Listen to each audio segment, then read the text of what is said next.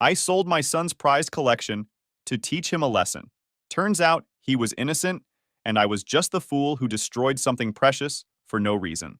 I've been lurking on this sub for months, reading stories, and wondering if I'd ever have one worth sharing. Well, now I do.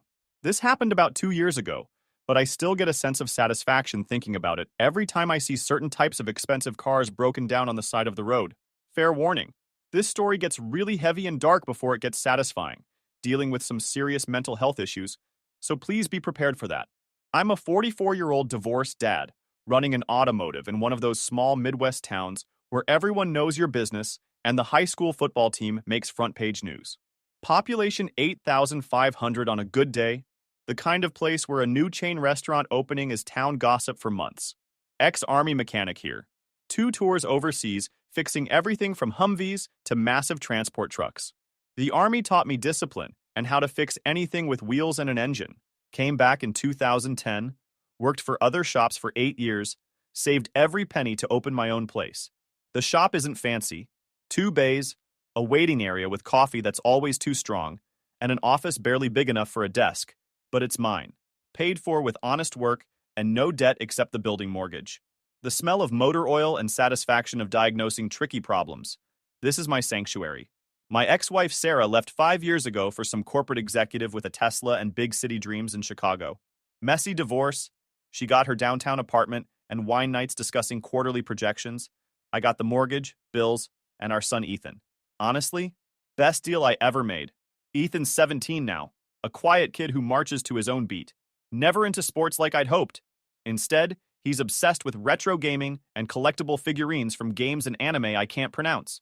For years, I thought they were overpriced dust collectors covering every surface in his room. Rows of small figures in elaborate poses, some still sealed in packaging he'd never open. But to him, each piece had deep meaning, connecting him to characters and worlds beyond our small town. He'd spend hours researching releases online, saving allowance and odd job wages for months to afford one special piece. We're talking $30 for basic figures to $200+ for limited editions. Some cost more than my weekly grocery bill. But I learned to respect his dedication. The kid had incredible patience and discipline saving money. He'd mow lawns in 90-degree heat, help elderly neighbors with yard work, organize inventory at my shop, all for these collectibles. When he finally brought one home, he'd get this look of pure joy mixed with achievement, like he'd won the lottery and climbed Mount Everest simultaneously. As a father, seeing him genuinely happy made every penny worth it. His passion, his way of connecting with something bigger than our town. I figured there were worse things a teenager could be into than carefully collected figures and vintage games. It was a Tuesday afternoon in March, right in the middle of a busy week at the shop. I was elbow deep in the engine bay of a 2018 Ford F-150, trying to diagnose a weird knocking sound when my phone started ringing from the workbench. Unknown local number. Thompson's Automotive. This is Jack. Mr. Thompson? This is Officer Williams with the police department. Are you the father of Ethan Thompson? My stomach immediately dropped. You never get good news when cops call about your kid. Yes, that's my son. What's wrong? Is he hurt? Has there been an accident? He's not injured, sir, but he's been arrested for shoplifting. About $400 worth of gaming merchandise from Tech World downtown. We need you to come down to the station. I felt like someone had taken a sledgehammer to my chest. My son? My quiet, responsible son who'd never brought home a detention slip? A thief? I work 60 hours a week to make sure he never goes without, and this is how he repays that trust? The anger came fast and hot. I slammed the F-150's hood harder than I meant to, grabbed my jacket, and told my part-time employee to handle customers. I'll be there in 10 minutes, I told the officer, my voice tight with fury. The drive felt like the longest 10 minutes of my life. My mind raced with terrible questions. How could Ethan do this? Where had I gone wrong as a father? What kind of example had I been setting? At the station, Officer Williams, a guy I'd gone to high school with, which made this more humiliating, led me to a small interrogation room.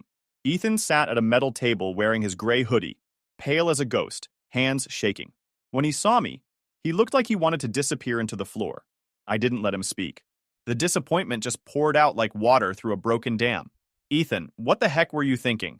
Do you have any idea how embarrassed I am right now? I work 60 hours a week, sacrifice everything to make sure you have what you need, and this is how you thank me? By stealing? By throwing away everything I've tried to teach you? He opened his mouth, but I held up my hand. Number, don't give me some sob story about peer pressure. There's no excuse for stealing, son. None. I raised you better than this.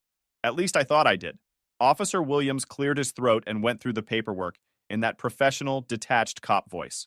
Retail theft in the 4th degree, first offense. Likely community service and probation, since it was his first brush with the law. But it didn't feel standard to me. It felt like fundamental betrayal of everything I'd tried to instill in my son. I signed the release papers with a pen that felt like it weighed 1,000 pounds. Each signature felt like admitting failure as a father. The ride home was dead silent except for the truck's engine and occasional turn signals clicking. Ethan stared out the window at familiar streets while I gripped the steering wheel with white knuckles, trying to figure out what I was going to do about this situation. How do you punish something like this? How do you make sure it never happens again? When we got home to our modest 2-story house on Maple Street, the same house where I'd grown up, inherited from my parents, I went straight to Ethan's room. He followed behind me like he was walking to his own execution, his footsteps heavy on the creaky wooden stairs that I kept meaning to fix. His room was exactly what you'd expect from a teenage collector. Shelves lining every wall, carefully organized displays of figurines arranged by series and significance, vintage gaming consoles connected to an old TV he'd bought with his own money, and posters of characters from games and shows that were completely foreign to me. You want to steal gaming stuff? Fine. Let's see how much you really value this junk when it's gone. I started pulling everything off his shelves, piece by piece. The vintage Nintendo games that he'd spent months tracking down at garage sales and online auctions. The rare figurines still in their original packaging that he'd never opened because keeping them mint condition made them more valuable. The limited edition collectibles that had taken him years to acquire, some of which I knew he'd been saving for since he was 12 years old. Some of these things were worth more than my monthly truck payment. I'd overheard him talking to his online friends about values and market prices enough to know that certain pieces could sell for hundreds of dollars each. But in that moment, I didn't care about their monetary worth. I only cared about teaching him a lesson about consequences. Dad, please, I can explain, he started, his voice barely above a whisper. Explain what? That my son is a thief? That everything I taught you about honesty and hard work and earning what you get meant absolutely nothing? That you decided to throw away 17 years of good behavior for some stupid gaming merchandise? I continued boxing everything up, piece by piece, ignoring the way his hands clenched and unclenched at his sides. There were dozens of items. Some still in their original packaging with price tags that made me wince, others displayed carefully on custom shelves he'd built himself with scrap wood from my shop. Each piece represented hours of research, weeks of saving, months of anticipation. I could see tears forming in his eyes as I packed away what I now realize was essentially his entire identity, his passion, his connection to the wider world beyond our small town. But at the time, I thought those tears were just guilt and regret for getting caught, remorse for disappointing his father. That evening, I spent 3 hours taking pictures and researching each item online. I posted everything on various selling sites and forums. The response was immediate. Apparently, some of this stuff was rarer than I'd realized. By the end of the week, I'd sold the entire collection for $1,500. Actions have consequences, son, I told him when I deposited the money into a savings account. This money will go toward your court costs and community service. Maybe next time you'll think twice before taking something that doesn't belong to you. He didn't argue, didn't beg for his stuff back, didn't even raise his voice. He just nodded, walked into his room, and shut the door. I thought I was handling it exactly right, showing him that poor choices lead to real consequences. I had no idea how wrong I was. A week and a half later, I was under the hood of a Honda Civic that belonged to the high school math teacher, trying to figure out why it was running rough at idle, when someone knocked on the shop door. Through the grimy windows, I could see the familiar silhouette of Detective Williams, the same guy who'd handled Ethan's case, still wearing the same tired expression that seemed permanently etched on his face. Got a minute, Jack? I have some news about your son's situation that I think you need to hear. We went into my tiny office, barely big enough for a desk, 2 chairs, and a filing cabinet that hadn't been organized since I'd opened the place. He sat down across from my desk, looking distinctly uncomfortable in a way that immediately set off alarm bells in my head. We found the real thief, kid named Kyle Brennan. Same height as your son, same general build, same type of gray hoodie that half the kids in town seem to wear. Store's security cameras caught him leaving through the back exit around the same time as the theft, but the angle was wrong to see his face clearly in the footage we initially reviewed. I felt like the world had suddenly tilted sideways. You're saying my son didn't steal anything? That's exactly what I'm saying. Kyle confessed this morning when we brought him in and showed him the enhanced footage our tech guy was finally able to clean up. Apparently, he saw your son get arrested and decided to keep quiet about it. Figured if someone else was already taking the blame, why complicate things? Your son is completely innocent, Jack. Has been from day one. The detective kept talking, explaining about how they'd gone back through the security footage with better equipment, how they'd tracked down Kyle through other evidence, how the confession had been straightforward once they confronted him with proof. But I wasn't really hearing the details anymore. All I could think about was everything I'd said to Ethan, the disappointment in my voice, the way I'd looked at him like he was a stranger, like he was someone I didn't recognize. But the worst part, the part that made me feel physically nauseous, was the collectibles. I'd sold his most prized possessions, the things he'd worked years to acquire, because I thought he was a thief. I'd dismantled his entire world based on an assumption, based on my own failure to trust my own son. I drove home immediately, my hands shaking on the steering wheel. When I got there, I found Ethan sitting on the floor of his room, staring at the empty shelves where his collection used to be. The room looked so bare, so sad, like something important had died in there. Ethan, son, I need to talk to you. He didn't look at me, just kept staring at those empty shelves. The police found the real thief, a kid named Kyle. You didn't steal anything. I'm so sorry. For a long moment, he didn't react. Then he turned to look at me, and the expression on his face nearly broke my heart. It wasn't anger. It was worse. It was resignation, like he'd given up on something fundamental. It doesn't matter now, he said quietly. It's gone. I tried to explain that I'd get his collection back somehow, that I'd make this right. But he just shrugged and turned back to those empty shelves. You didn't believe me. Your own son. You didn't even ask if I did it. You just assumed. That hit me harder than any punch I'd ever taken. Because he was right. I'd been so focused on teaching him about consequences that I'd forgotten to actually listen to him. The next day, I started the miserable process of trying to track down and repurchase Ethan's collection. Most of the buyers were understanding when I explained the situation, but several had already resold items to other collectors. I managed to get back about 60% of his stuff, but it cost me nearly $2,800, almost double what I'd sold it for. But the financial hit was nothing compared to what I learned from my sister later that week. You sold Grandpa's figurine? She asked, her voice full of disbelief. What are you talking about? The limited edition Master Chief figure. Dad gave that to Ethan right before he passed away. It was one of the last things he bought, specifically for Ethan. He told me he wanted Ethan to have something special to remember him by. I felt like the floor had dropped out from under me.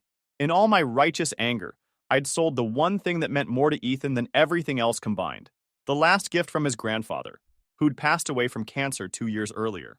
I spent the next 3 days obsessively searching every resale site, forum, and collector group I could find.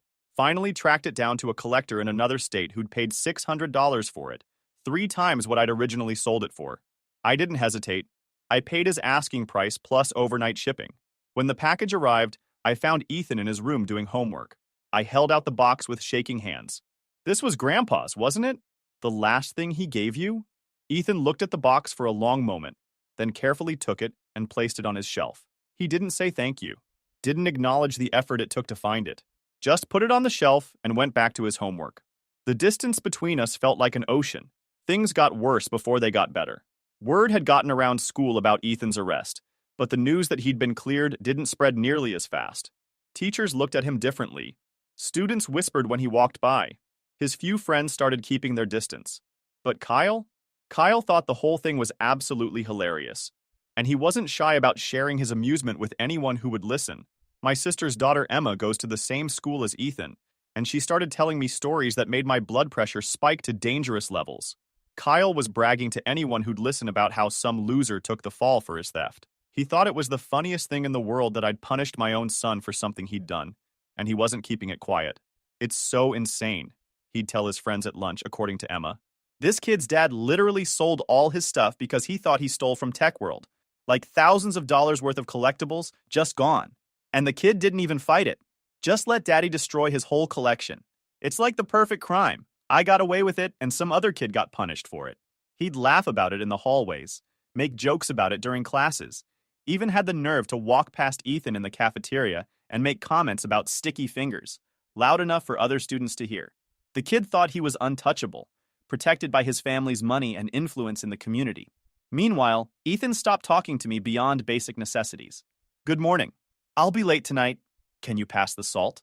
That was about the extent of our conversations. His grades, which had always been solid B's and A's, started slipping toward C's and D's. He stopped eating regular meals, just picked at his food like it had personally offended him. The guidance counselor called twice to express concern about his sudden change in behavior and attitude. I tried everything I could think of to bridge the gap between us. Offered to take him places, movies, dinner, even a weekend trip to Chicago to see some gaming convention he'd mentioned months earlier. Offered to buy him new games, suggested we could start rebuilding his collection together. He just shrugged everything off with a quiet "I'm fine" that we both knew was complete nonsense. The worst part was watching him try to rebuild his collection on his own. He'd find one of his old pieces available somewhere online, save up for weeks from his part-time job at the grocery store to afford it, only to discover that the price had doubled or tripled since he'd originally bought it. The collectibles market had exploded while his collection sat in other people's hands, and what used to cost him $50 was now selling for $150 or more. I watched my son's spirit break a little more each time he realized he'd never be able to afford to replace what I'd taken from him. And Kyle just kept on bragging, kept on laughing, kept on treating the whole situation like his personal entertainment. For months, Kyle kept pushing. He'd make comments in the hallway, laugh when Ethan walked by, even had the nerve to ask Ethan once if his dad was still selling his toys.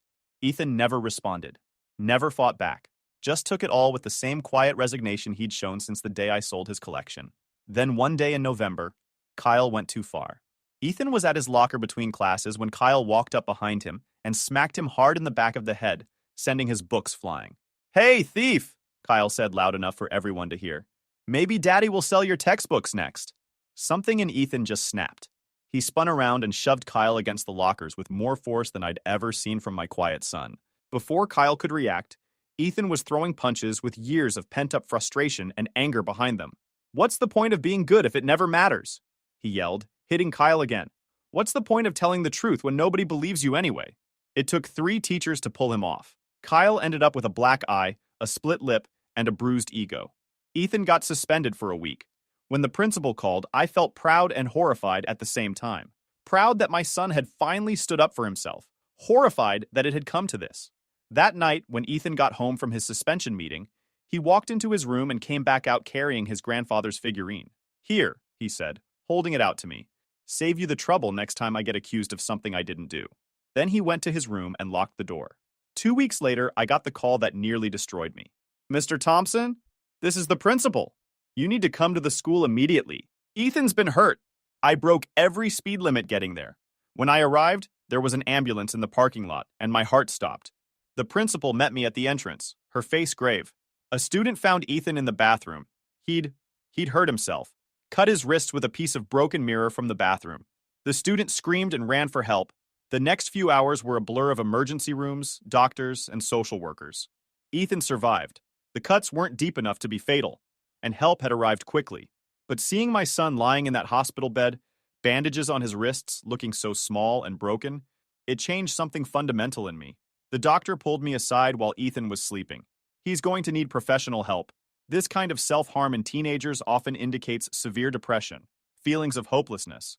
Has he experienced any major trauma or loss of trust recently?" I almost laughed at the bitter irony. Major loss of trust? I'd destroyed my son's faith in me with my own hands. Ethan spent 3 days in the hospital under observation, then started seeing a therapist twice a week. Her name was Dr. Martinez, a woman in her 50s who specialized in adolescent depression and trauma. She had kind eyes behind wire-rimmed glasses, and a way of talking that made you feel like she actually understood what you were going through, rather than just checking boxes on a treatment plan. Slowly, very slowly, Ethan began to heal. The process was like watching a broken bone mend. You couldn't see the progress day by day, but over weeks and months, something fundamental was rebuilding itself. The therapist helped him work through his feelings of betrayal and abandonment, helped him understand that his worth as a person wasn't tied to whether his father believed in him or not. She also helped me understand, in sometimes uncomfortable detail, how my reaction had affected him. Selling his collection hadn't just been a punishment in his eyes. It had felt like I was erasing his identity, dismissing his interests as worthless, severing his connection to his late grandfather, and basically telling him that I didn't know him well enough to trust him, even when he was telling the truth. Imagine if someone accused you of being a bad mechanic, Dr. Martinez explained to me during one of our family sessions. And instead of defending you or investigating, your father immediately sold all your tools and shut down your shop. How would that feel? We started family therapy sessions too. Awkward, painful conversations in a room that smelled like vanilla candles and had too many tissue boxes strategically placed around. It was uncomfortable as heck, but necessary. I learned to listen instead of lecture, learned to ask questions instead of making assumptions, learned that being a good father meant trusting my son even when circumstances made that trust difficult. Over the months, Ethan began talking to me again. Not like before. That easy, comfortable relationship was gone, probably forever. The trust that had taken 17 years to build had been shattered in a single afternoon, and rebuilding it was proving to be a much slower process. But we were building something new, something more honest, something that acknowledged that both of us were imperfect people trying to do better. The hardest part was accepting that some damage might be permanent. Dr. Martinez warned us both that relationships don't always return to their original state after trauma, and that sometimes the best you can hope for is to build something different, but still meaningful. Kyle, meanwhile, continued to coast through school without consequences. His parents were wealthy, connected, influential in the community. When the school tried to discipline him for the harassment that had led to Ethan's breakdown, they threatened legal action. Kyle got a slap on the wrist and an insincere apology. He still smirked when he saw us around town, still acted like the whole thing was his personal joke that he'd never get tired of telling. But I was done being powerless. I just needed to wait for the right opportunity. By the following spring, things were better. Not perfect, but better. My shop was doing well. Word had gotten around that I did honest work at fair prices, and I had more business than I could handle. Ethan was doing better too. His grades were back up, he was talking to me regularly, and he'd even started rebuilding his collection. Slowly, carefully, with items he really wanted rather than trying to replace everything I'd sold. The therapy had helped us both understand that trust, once broken, takes time to rebuild. We were working on it together. Then, one afternoon in late April, I heard a car pull into my shop lot with an engine that sounded like it was about to give up the ghost. I looked up from the brake job I was working on and couldn't believe what I saw. Kyle Brennan, now 18 and heading off to college in the fall, climbing out of a smoking black BMW with a look of panic on his face. I'd heard through the small-town rumor mill that Kyle's parents had bought him the BMW for his birthday, then made him get a part-time job to pay for insurance and maintenance. Apparently, minimum wage at the local grocery store wasn't covering the costs of maintaining a luxury vehicle. Kyle walked into my shop with that same cocky attitude he'd always had, like the world owed him something. "Hey, you fix BMWs, right? This thing's been acting weird all week, and now it's smoking. I need it fixed cheap and fast. I'm broke until payday." He didn't recognize me. After everything he'd put my family through, after months of bragging about framing my son, he didn't even remember who I was.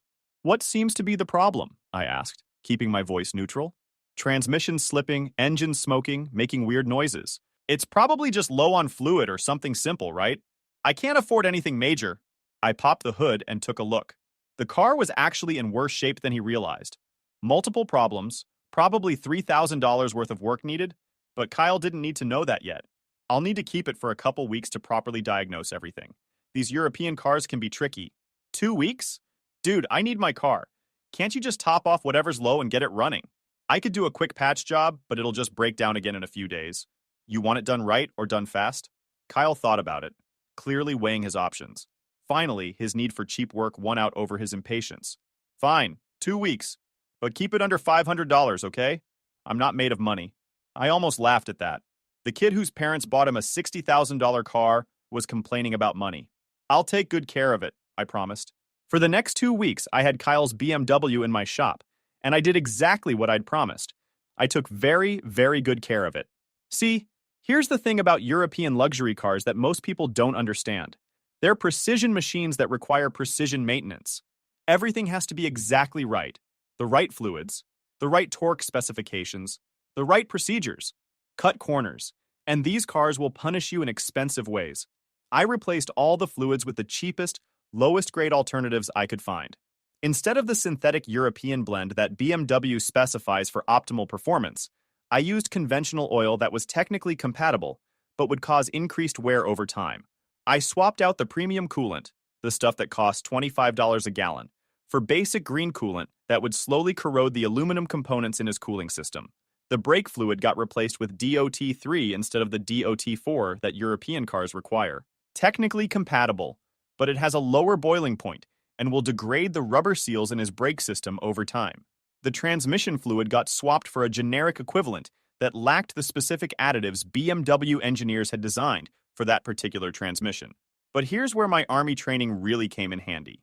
I knew exactly how to make mechanical problems that would manifest later rather than immediately. I loosened bolts just enough that they'd work fine for a few days, then gradually vibrate loose under normal driving conditions.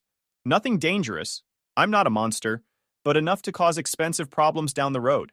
I adjusted the timing just slightly off spec, not enough to cause immediate problems or hurt performance noticeably, but enough to increase wear on the engine internals and reduce fuel efficiency.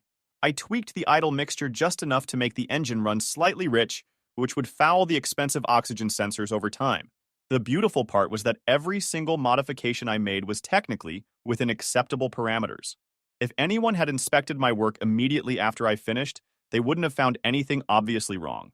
I was just giving Kyle exactly what he'd demanded: the cheapest possible service using the lowest grade parts and materials. His own cheapness and arrogance were his downfall. He'd insisted on bargain basement prices and refused to pay for quality work. I was simply delivering exactly what he'd ordered. When Kyle came to pick up his car, I handed him a bill for $1,800. $1,800? You said $500. That was before I got into it and saw how bad things were. Your transmission was shot, engine had multiple leaks, brake system was compromised. I saved you money by using economy parts and fluids, but there's only so much corner cutting you can do with a car this complicated. Kyle's face turned red. I don't have $1,800. Well, I can't release the car until the bill's paid. Shop policy. He had to call his parents, who showed up an hour later looking like they'd rather be anywhere else. Kyle's father, a lawyer who handled real estate deals for half the wealthy families in town, treated me like I was trying to scam his precious son. This is outrageous, he said, looking at the bill. $1,800 for maintenance? Your son insisted on the cheapest possible work. These are the costs when you don't keep up with proper maintenance on a luxury vehicle. They paid with a check, Kyle's mother making snide comments about small-town mechanics who overcharge kids. I smiled and handed over the keys. Drive carefully, I told Kyle. And remember, you get what you pay for. 3 days later, I was closing up the shop when my phone rang. Kyle's number, which I'd saved from when he'd first called about the car. My car's broken down. It's smoking again, worse than before. You need to fix this. I could hear the panic in his voice, the entitlement mixed with desperation. Where are you? Side of Highway 9, about 5 miles out of town. The engine just started smoking and making horrible noises. I barely got it to the shoulder. Sounds serious. You'll probably need a tow truck and another shop to look at it. I'm booked solid for the next month. What? No, you just worked on it. This has to be covered under warranty or something. I provided exactly the service you paid for. Cheap, fast work with bargain parts. If you wanted reliability, you should have invested in quality work from the beginning. There was a long pause. Then Kyle's voice got smaller, more desperate. Look, I'm sorry if I was rude before. I really need your help here. No other shop in town will even look at it without a huge deposit up front, and I don't have that kind of money. That's a tough situation, I said, keeping my voice sympathetic. By the way, Kyle, do you remember a kid named Ethan Thompson? Another pause. No. Wait, maybe. Why? He was the kid who got arrested for stealing from Tech World. The kid who was innocent. The kid whose father sold his entire collection because he thought his son was a thief. Silence on the other end of the line. I heard someone was bragging around school about how funny it was that an innocent kid took the fall. How hilarious it was that his father punished him for something he didn't do. Look, I don't know what... Ethan Thompson is my son, Kyle. And you're right. It was hilarious watching him lose everything he cared about because of what you did. I could hear Kyle's breathing change. Could practically feel the panic setting in. Now you want my help? You want me to drop everything and rush out to save you from the consequences of your choices? Please, Remember when you laughed about my son, Kyle? Remember when you thought it was so funny that he got punished for your crime? I paused, letting that sink in. Actions have consequences. Then I hung up. I found out later through the small-town gossip network that Kyle's car troubles had become legendary among his classmates. The BMW had to be towed to Miller's import service in the next town over, the only shop within 50 miles that specialized in European vehicles, and had the diagnostic equipment to deal with the cascade of failures that had started 3 days after he'd picked up his car from me. The tow truck driver, who'd gone to school with my younger sister, said Kyle was nearly crying when they loaded the BMW onto the flatbed.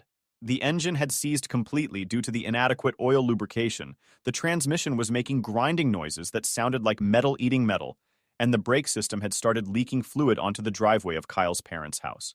Millers gave Kyle and his parents an estimate that made them go pale, over $8,000 in repairs, which was actually more than the car was worth at that point, given its age and the extent of the damage. The engine would need to be completely rebuilt or replaced. The transmission was beyond saving, and the brake system required a complete overhaul. Kyle's parents, who'd already been frustrated with his inability to maintain the expensive car they'd bought him and his constant requests for money to keep it running, finally reached their breaking point. They'd been bailing him out financially for months. Insurance payments, gas money, minor repairs, and this latest disaster was the final straw. "We're not throwing good money after bad," his father reportedly told him, according to Emma, who'd overheard the conversation when Kyle called his dad from school. "The car gets sold for scrap, and you can figure out your own transportation from now on." So Kyle spent the last month of his senior year taking the school bus with the underclassmen, walking to his part-time job at the grocery store, and bumming rides from friends who gradually got tired of being his personal chauffeur service. For a kid who'd spent the previous year bragging about his BMW and using it as a symbol of his family's wealth and status, the fall was both swift and public. But the best part, the part that made everything worthwhile, came that evening when I got home from work and found Ethan in the living room doing homework at the coffee table we'd inherited from my parents. I was telling her about Kyle's car troubles, not the details of what I'd done, just that the kid who'd framed Ethan had run into some car problems. I thought Ethan wasn't really listening, but when I got to the part about Kyle calling for help and me hanging up on him, Ethan started laughing. Not a big laugh, not mean or vindictive, just a quiet, genuine chuckle of satisfaction. It was the first time I'd heard him really laugh in over a year. The first time since this whole mess started that he'd shown any real joy or amusement about anything. "He had to take the bus to school?" Ethan asked, still smiling. "Every day for the last month of senior year." Ethan shook his head, still grinning. "That's actually perfect." That night, for the first time in months, Ethan came out to the living room and watched TV with me. We didn't talk about Kyle or the car or any of the serious stuff. Just sat together, watching some old action movie, sharing a bowl of popcorn like we used to when he was younger.